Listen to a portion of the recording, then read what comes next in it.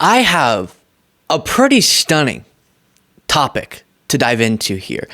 Reporting has been released from Salon, and it's titled "The Donald Trump I Saw on The Apprentice." For 20 years, I couldn't say what I watched the former president do on the set of the show that changed everything.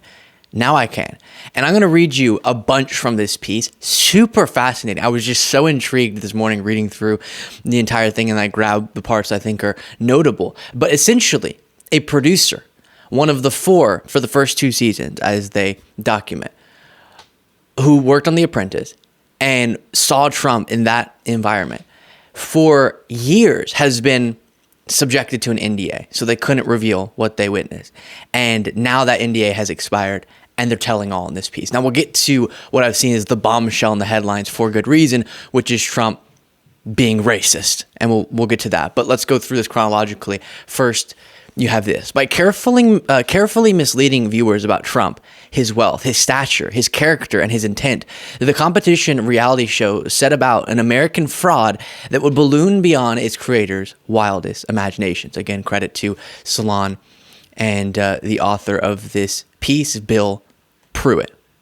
I should know. I was one of four producers involved in the first two seasons. During that time, I signed an expansive non-disclosure agreement that promised a fine of $5 million and even jail time if I were to ever divulge what actually happened.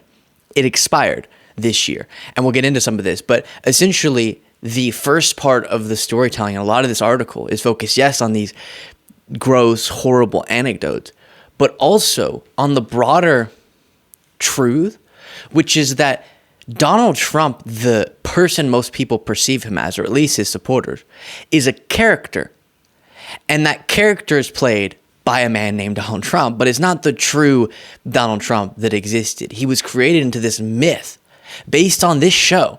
And so this producer has some almost disdain for what they were a part of in creating the very character that then was able to sell itself to the American people as credible enough and successful enough to be president of the United States, at least to enough of Americans. And that very character could be what causes a devastating destruction of democracy.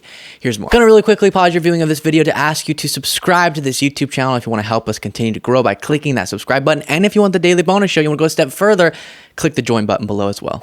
As Trump answers for another of his alleged deception schemes in New York and gears up to try to persuade Americans to elect him again, in part thanks to the myth we created, I can finally tell you what making Trump into what he is today looked like from my side. Most days were revealing, some still haunt me 2 decades later. And then he talks about this particular anecdote where he asks one of the bosses, why Trump? Why are we doing this with Trump? And one of the excerpts is, knowing what we know about Trump, selling the idea that intelligent people would compete to land a job working for him will be a challenge. So essentially, they had perceived Trump's failures and the way that he conducted business in New York. And the awareness of Trump led this producer to believe that, and again, I'm not using Bill Pruitt, led Bill Pruitt to believe it wouldn't make sense to viewers to have Trump be the prized possession. If we can just win in this show, that I could work for Trump because of the failure that he so often was. But the show was able to erase that and instead build him up to be this larger-than-life businessman. Trump's appearances make up so little of our shooting schedule that whenever he shows up to film, it isn't just the wild card on camera moments we both hope for and are terrified of that put everyone on edge. It is the way he, the star and half owner of the show, targets people on the crew with the gaze of a hungry lion. While leering at a female camera assistant or assessing the physical attributes of a female contestant for whoever is listening, he orders a female camera operator off an elevator on which she's about to film him. "She's too heavy," I hear him say. Another female camera operator who happens to have blonde hair and blue eyes draws from Trump comparisons to his own Ivanka Trump. Yes, we know about Trump's fascination, I'll say, with his daughter Ivanka Trump. See past segments where we've gone through his disgusting statements about her. "There's a beautiful woman behind that camera," he says toward a line of 10 different operators set up in the foyer of Trump Tower one day. "That's all I want to look at." Trump corners a female producer and asks her whom he should fire. She demurs, saying something about how one of the contestants blamed another for their team losing. Trump then raises hands, cupping them to his chest. You mean the one with the... And then does that hand motion. He doesn't know the contestant's name. Trump eventually fires her. So you have something gross. Not surprising, though, based on what we've heard from Trump publicly.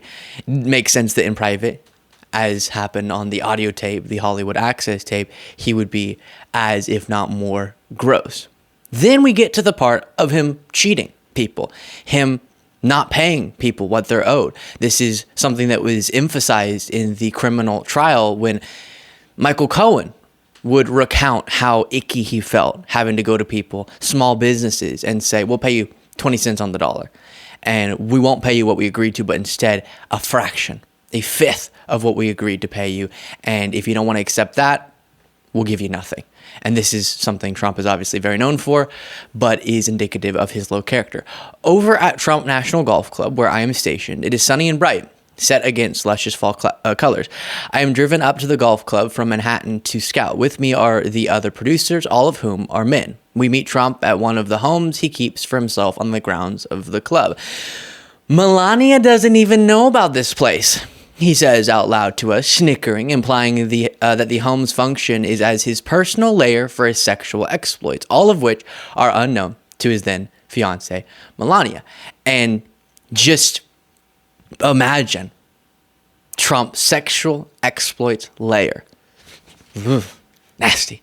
But that gets to party and family values. Melania Trump, in this criminal trial, again, we learned that whenever, I think it was Michael Cohen asked Trump, are you worried about Melania finding out about this affair? Trump's response was something to the effect of, do you think I'll be on the market very long? Showing how much he cared about his wife, her feelings, and his violation of their dedication to one another and their marriage. Then it talks about, and this is actually the part about him cheating people, an architect. And the architect said about working on Trump National Golf Club, it's bittersweet, he tells me. I'm very proud of this place, but I wasn't paid what was promised. Trump pays half up front, but he'll stiff you for the rest once the project is complete. Then the producer asks, he stiffed you? And the architect says, if I tried to sue, the legal bills would be more than what I was owed. He knew that. He basically said, take what I'm offering. And and then this producer speaking again, and I see how heavy this is for the man all these years later. So we sent the invoice. He didn't even pay that, the architect says. None of this will be on the show. Not Trump's suggested infidelities, nor his aversion toward paying those who work for him. So this is the reason that's the ending to that paragraph, is because this is what the producers were tasked with doing. They would observe the actual Trump. They would observe someone who had the character that he did, who also, and this is not a particular line that I grabbed for what I'm reading you, but at a different part of this article talks about Trump not being able to get through sentences, and he was actually a mess and wasn't the confident figure they were selling to America. And so they had to cut those parts out and only include nicely, strategically placed moments to make Trump the figure, again, that they were selling to America. And I'm saying it that way because that's how this producer feels all these years later, that it was a fraud, a deception. Obviously, in reality TV, in these sorts of competition shows, you're portraying people to be often something that they're not. But with the context in mind now, retrospectively understanding they were crafting the character that would later harm America so badly, and he only was able to attain the power he did because of the character they'd built, that I think is why it feels like such a fraud. Then we get to the racism. Why didn't he just fire her? Trump asked, referring to Omarosa. It's a reasonable question, given that this is the first time we've ever been in this situation. None of this is something we expected.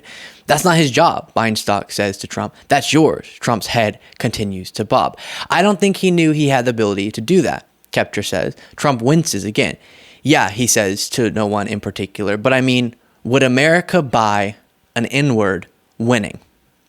Would America buy an N-word winning the show, is what he's saying.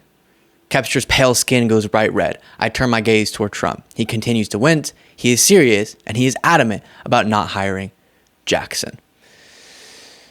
And then he talks about how the cameras were rolling.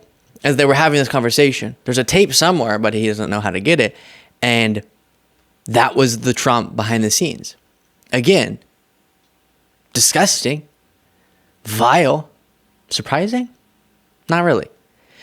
And we can see and hear of these sorts of stories time and time again. And sure, MAGA's going to say this is all made up too.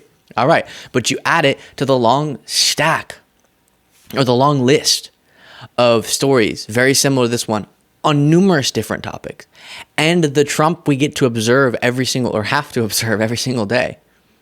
And the people around him who worked for him saying he's unfit to be president. And the people around him saying that he's said horrible things about just about every group. And the audio recording of him bragging about groping women, etc., etc., etc. At some point, if you're supporting him, as I've been saying, the only transparent, I guess, honest way that you can voice your support is to say, I get all of that.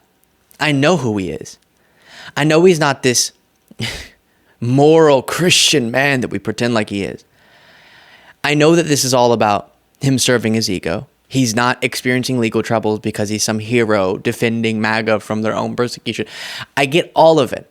How he threatens democracy, that he wouldn't accept the result. He tried to block the peaceful transfer of power. He's a civilly liable rapist. He has all these racist anecdotes that people have shared.